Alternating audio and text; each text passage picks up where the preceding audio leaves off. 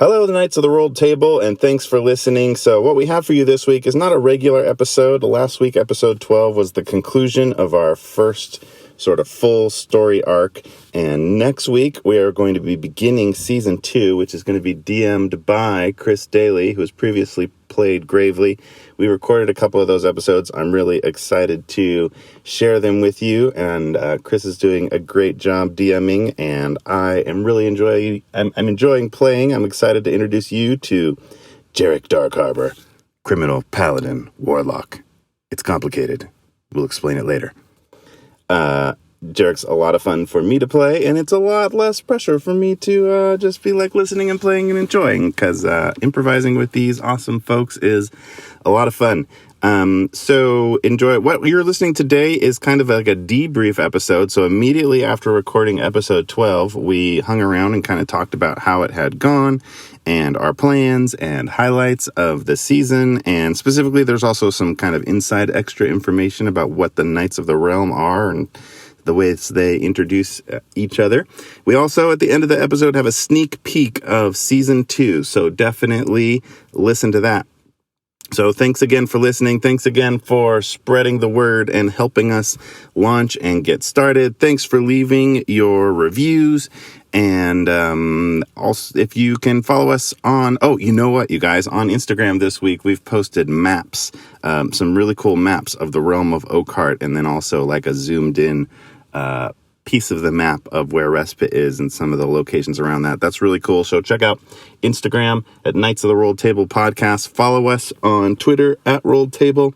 You can follow me personally because I tweet about the podcast, and also because I'm a therapist, I tweet about sort of like the intersection of mental health and role-playing games, which is a lot of fun. That's at MFTZACH. Follow Chris at Daily Tunes RPG, and Weston is responsible for our kind of extra soundtrack music in the final episode, which was super rad. He also does the last week on recaps, which are super. Basically, anything you hear on the podcast that's like really cool, not just like that was nice, but like, whoa, that was really cool. That's probably Weston is responsible for that. So you can follow him at Make My Anthem on Instagram and Twitter. Thanks very much for your support. As always, go out and make life an adventure.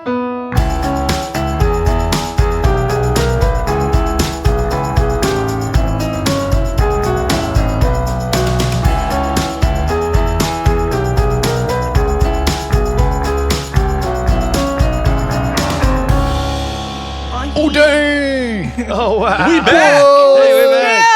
Yo, welcome back to Knights of the Rolled Table. I feel like we should all be taking a shot right now. Like, just as a, like, hey, that was a thing. I feel like for a first real, like, podcast adventure, that was, like... super fun. Good job. Can we just have a moment for Zach? Zach Stone. That's awesome, man. You almost made me cry. Really That's good. cool. I know. Like, especially, like, with Sindel and, like, oh, my God. I can't even do my stupid thing because I'm having feelings. Yeah, I don't know how that went. I wasn't making eye contact with anybody when I was doing It was very moving. Between Cinderella and her mom.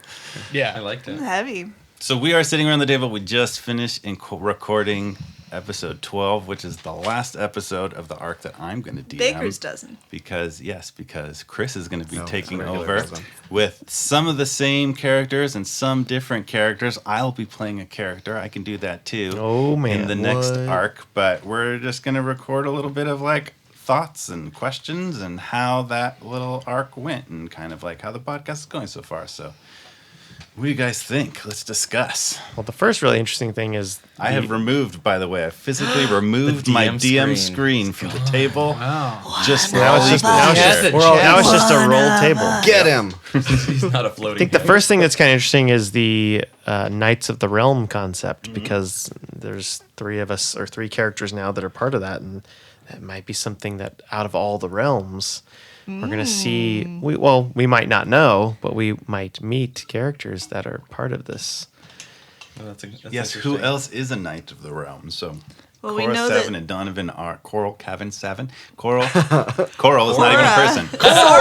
Sora, Cavan, and Donovan are all knights, and you don't really know who else might be that you might encounter in your travels. Wick. Black Pepe. And there's no badge or like insignia or like brand or secret It's a butt tattoo. butt tattoo. Yeah. We have to put this butt tattoo on your butt. There's a Usenet handle. That's actually what Show the me mark your of butt. Yanagu is. So we didn't cover like what They need how, a break how you on tell. Coach's butt. Yeah. Redo it. I think there should be some sort of like little. So yeah, one thing like He's you resistant to we'll have to unveil like piercing. the bonuses to being a knight and the ways. But one thing is when you stood up all together and you looked at the place where the knight held your forearm, there's now a mark there that you can see. that Gravely has it indicates on his upper tricep. It's just like up here because Like an armband. up high. it's a little high. So you can see that mark, and now that you have a mark, you can see a similar mark on Sora and Kevin and Donovan's forearms, but only you can visible to see them? them. They weren't there before. You couldn't see them before, but now you can see them. So that's a way that knights identify each other. Okay, that's cool. That is rad. Getting some ink. Freshing. Invisible ink. Oh, well, yeah, that's true. +1 to perception. Zach, since we just did it, how were you expecting that last battle to go? Yeah. At least for getting into that first ring, is that what you had planned? Is for us to kind of get into that drawbridge? Like, what was Like your prying it open with a single yeah, arrow.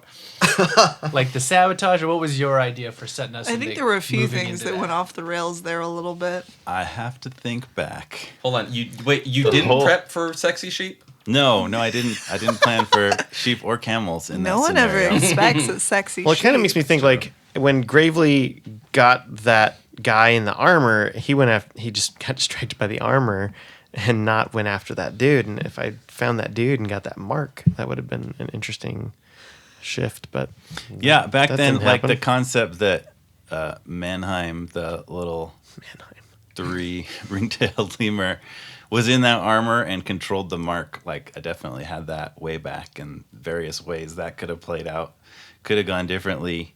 Yeah, I didn't really know. I just sort of like set up a situation where you guys had all sorts of ridiculous options and the portal thing and a lot going on, and I figured you'd figure out a way. I mean, it's stuff like that I usually figure out like at least one way that I could imagine it happening. If Well, I felt like you were kind of pushing, like with the staff thing, for that to be a possible answer in that. yeah, well, the fact that the staff could cast portals to the Feywild was certainly an option that we didn't actually end up using. But yeah, I mean, so I could imagine various ways to do that, but I figured like you guys will figure that out, and I shouldn't be pushing towards one way, and you certainly did in very unique fashion. What was it about Maya's teleportation with the thunder step that threw you so much? Because that definitely seemed to be the thing that was most surprising. Well, yeah, I figured you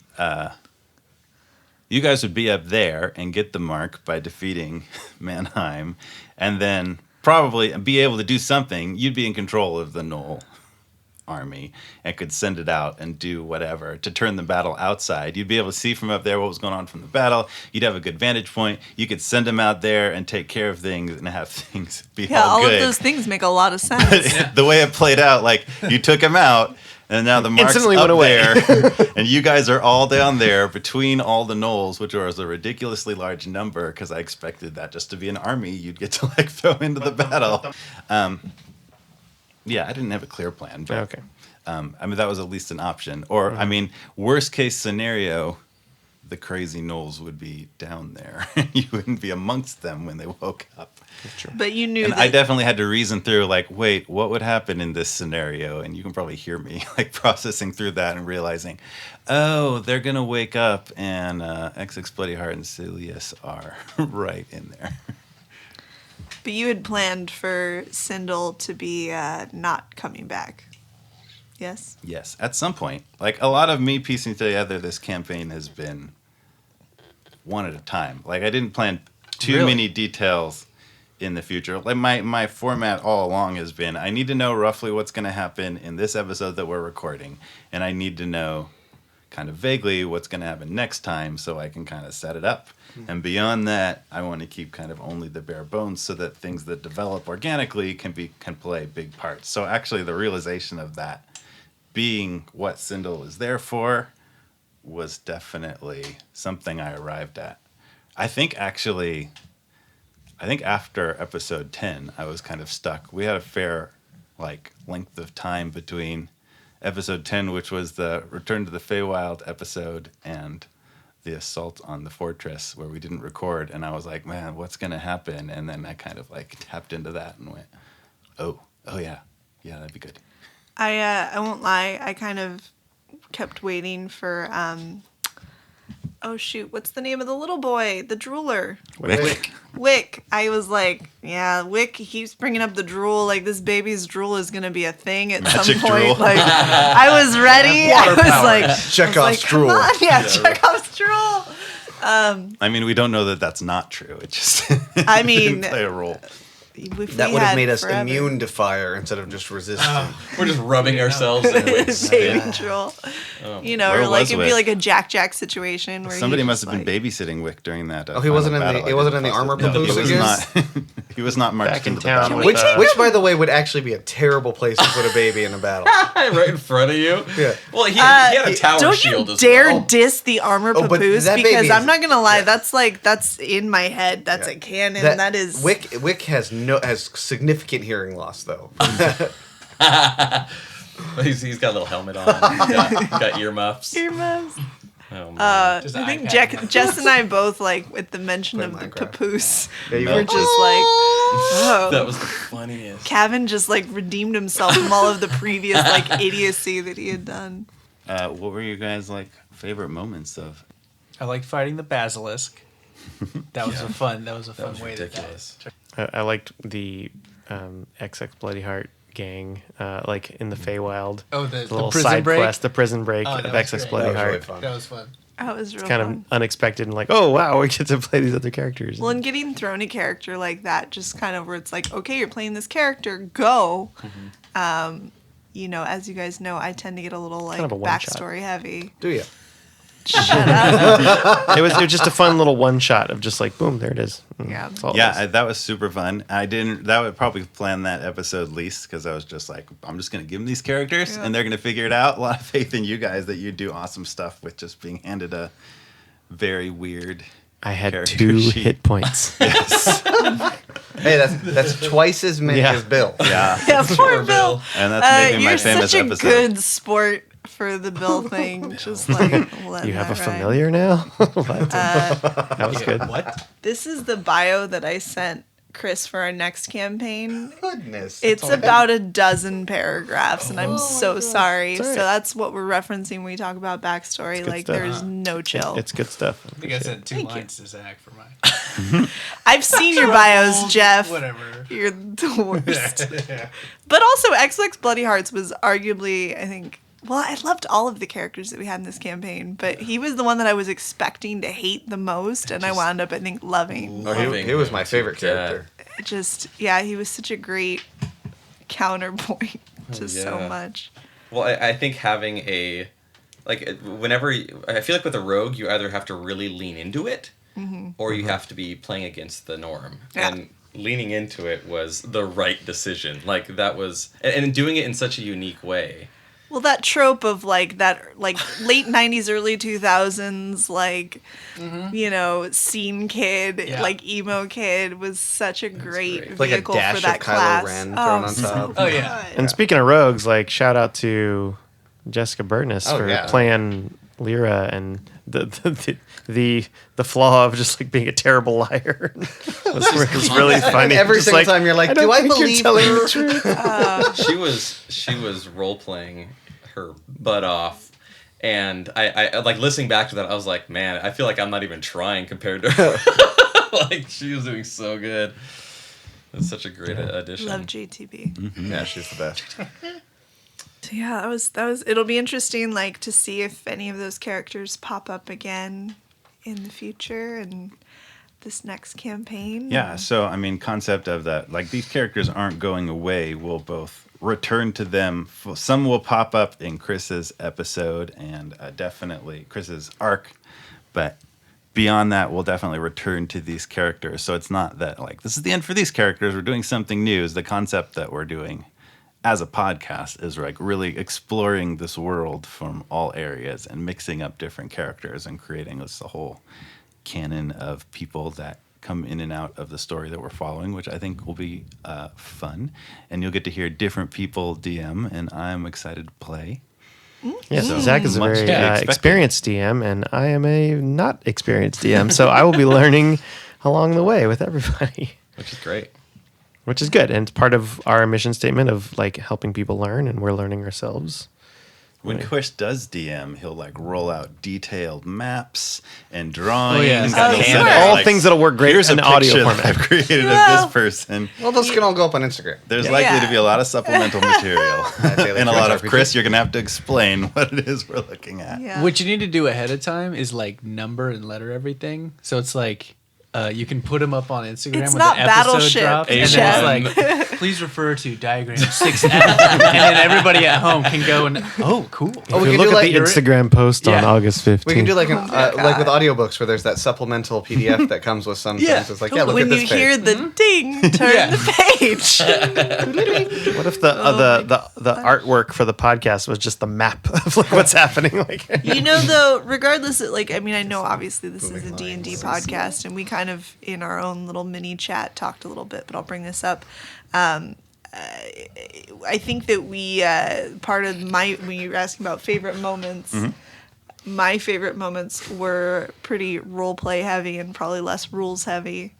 And those were some of my favorite things. And I really am grateful to all of you for humoring those moments, especially because I'm terrible with the rules of D&D, apparently.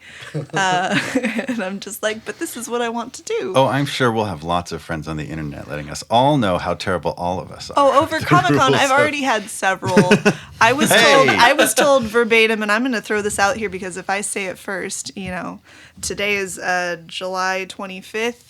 It is 10:46 p.m. and so I'm going to be quoted as saying, I was told that we look at the rules, we see the rules, we wave at them, and then we go on and do our own thing anyways. Woo! And you know what? I take a that as a fair compliment. Yeah. I take that as a compliment because you know what? It's 5th edition, so you know. I think that's probably like, that's about what I'm aiming for. I mean, we do.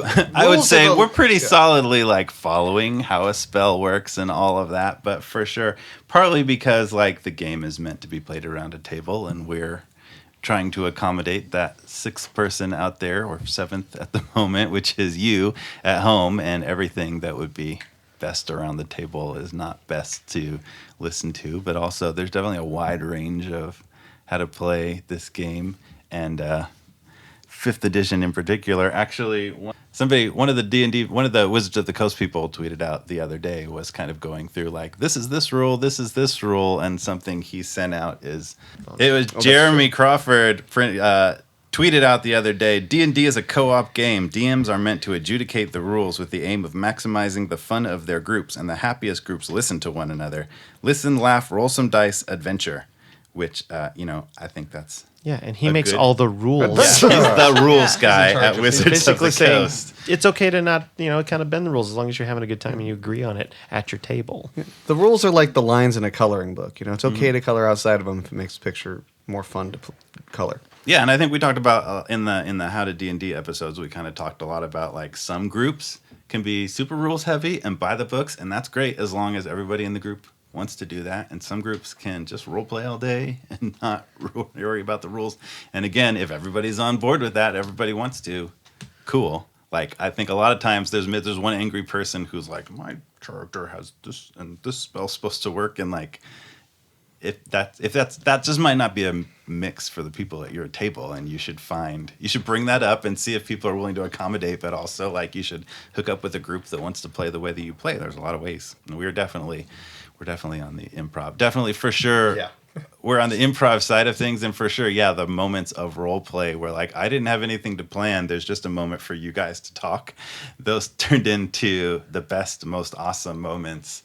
At which point I'm like, oh man, what I have planned, there's going to be too much fighting and battling, and it's not going to have enough awesome moments for you guys to play. So probably some of my least favorite episodes are just like, well, this is going on and this battle is happening and you have to do those, when you guys totally shined in the moments of hanging out, walking up to the orcs and convincing them, doing a protest, all of that. Like that could have been a battle, but it was so much more so much better the way that it played out. Well, and then Lyra taking their wages and you as the DM having that come back around, like, you know, that was fun. That was probably one of my favorite moments, was like the kind of callback to some of that stuff, you know, because actions have consequences. So it's always cool to see the world kind of grow with you in your story.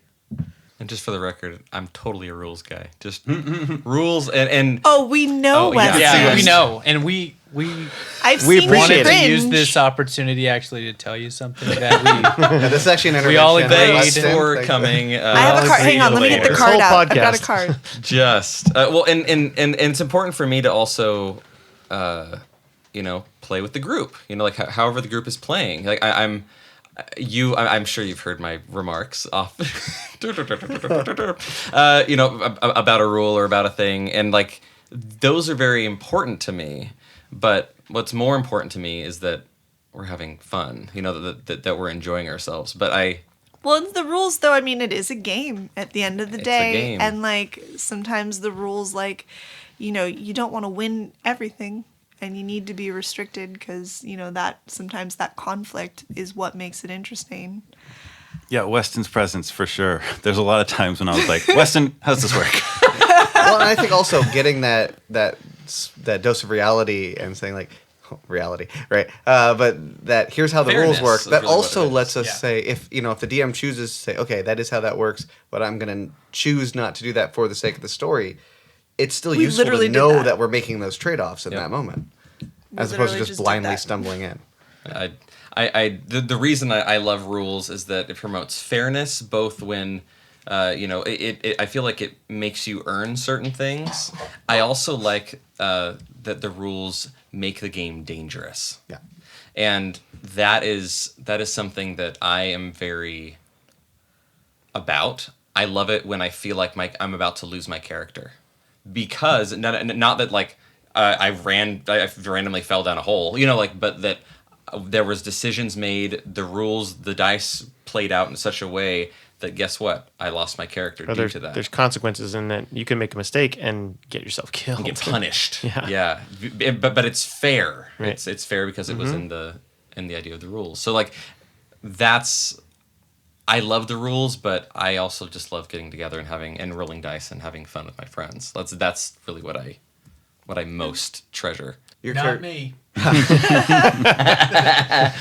Your character Jeff, was tell also the us most about- likely to go in and just like blindly do what your character would do, as opposed to like what was the smart thing to do as a player, which I genuinely appreciated that, both as a listener and a fellow player. This is only the second time that I've played like a quote unquote non-intelligent character, and I'm kind of a method actor. So I'm Did not you playing. feel your IQ dropping? Literally, I'm not playing him as a smart person thinking about what a dumb person would do. I'm like, I feel dumb when I'm playing coach. Like I feel dumber. You look dumb when Thank you're you. playing. No, I'm just kidding. but I his feel calves, dumber. And his it's calves, a though. weird feeling. Those calves. It's man. a weird feeling. Jeff, Jen. tell me about how you like to D&D. A fast and loose, baby. Oh, we know. It's all about me. I apologize. Yeah. My one goal is to not do the thing that is like just an attack. Like that's like my one and only thing is like, what else can I do? I don't want to just stab with the I sword. want to roll those dice. I want to do something Go ahead. Yeah, insane. it's fine. So Yeah. like Do I'm something always crazy. looking through the inventory for Extra ball abilities. bearings Oh my god. or some other stuff. Stupid ball On the bearings. dirt floor. Hey, we didn't make that clear. ball bearing. That wasn't clear, to be fair. To be That fair. that Fey court battle was pretty. That fun. was That was a good Oh, one. that was so That was a fun crazy battle with with the- zip and zop. Zip Zop. and Zip and zap. And Who I confused right away. Oh, we all Immediately. did.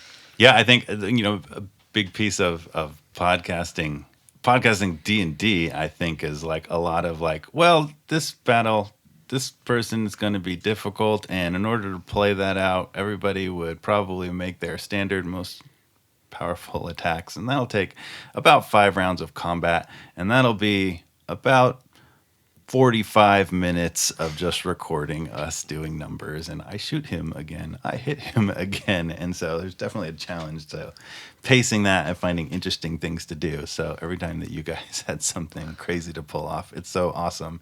And I think also, to go back to like the rules, I think for me, when I'm going in a direction narratively and somebody goes like, well, actually it works like this, like I feel like that's a cool point, because it makes me take that and incorporate that and have to like improvise, like, all right, well, if I'm going to accept that is true, then what would happen, and focus through. And that, I think, leads me, whether as a player or a DM, that leads me to a place I wasn't expecting to go. And that's, I think, a really cool aspect. So I think like accepting the rules and then like pushing back, that's kind of the coolest part of improvising through something that has dice, through the structure, is I feel like it gives you things and you have to deal with that. So you can't go with your first instinct, which is probably kind of generic and boring. You have to take what you're given and then say like, okay, I was assuming this thing was going to work well, but it doesn't. What does that mean? I have to come up with a new situation. And sometimes there's a lot of times you can point back to like, yeah, that roll changed the whole course of history, or that misspoken word or whatever had a dramatic impact on things. If that, there's various really places built where one that roll camel could have done a thing. whole different way. Oh my god. So But as a note, like giving players like things that do random stuff Weird is stuff. like so good, It's because cool. like maybe it comes in a pinch, or maybe it just, there's a way that you use it that's not expected, and like that's the kind of stuff that I like a lot the with. best Like magic the item. like the hoops. Yeah, The hoops, the hoops baby. of the snake at the end was So good. fantastic.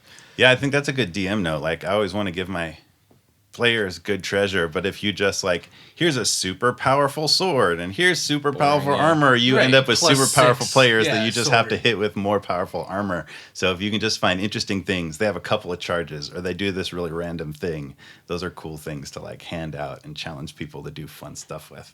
And when they have enough of those things, when somebody has a hoop and somebody has all sorts of random magic items, you can just say like, yep, here's this impenetrable fortress. How are you going to get in there? And have a fair amount of trust that like they're going to pull out one of these random things and figure out a way.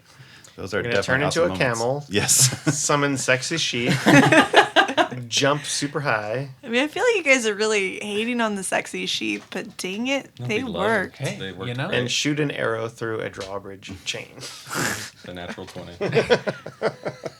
Yes, the things that saved us the most were random stuff that we did, and then Gravely's arrows. Like that's ultimately Gravely's arrows. It's everything. just all the DPS from Yeah, Gravely. yeah. and No then- Gravely in the next chapter is going to mean that we're all just going to die. Yeah, we lose 3 challenge ratings when Gravely's out of the picture. Like it's Yeah. brutal.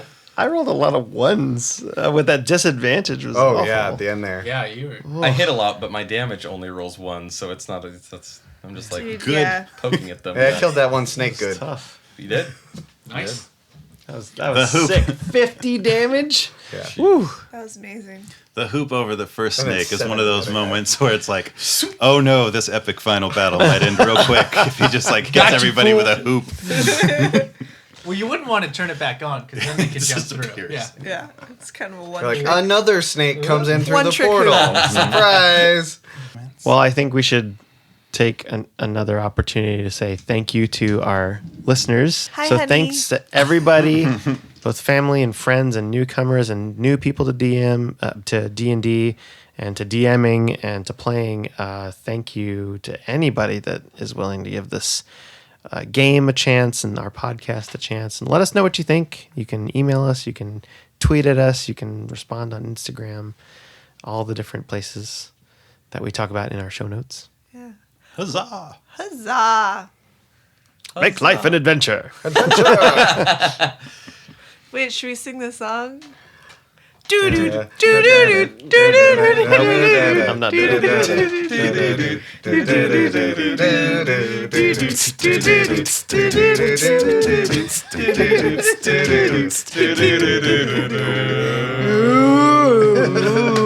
I So you guys I was are in waiting a for you guys to tavern. start to see like what key we're in or where. Like, I don't know where we're going with It's this. cute that you think we can do a key.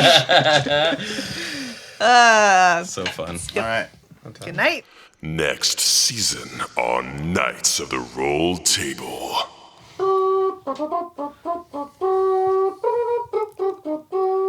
Does that happen a lot? I am playing Jarek Darkharbor. Coach, the dwarf barbarian. I'll be playing Saeleas. I will be playing Sarsa Demi Salt. If the siren's call of adventure happens, we might need to go. You hear a rustling from the tree line. Hold still. I'm super uncomfortable. A corn muffin as a down payment. Is a corn muffin worth 6 gold? I could make a lot of them. This is the best idea I've ever had. Here we go. Listen, you can never be too prepared. Is my beard burning? Welcome, Your Majesty. There's no way that this could go wrong. Oh, this is weird.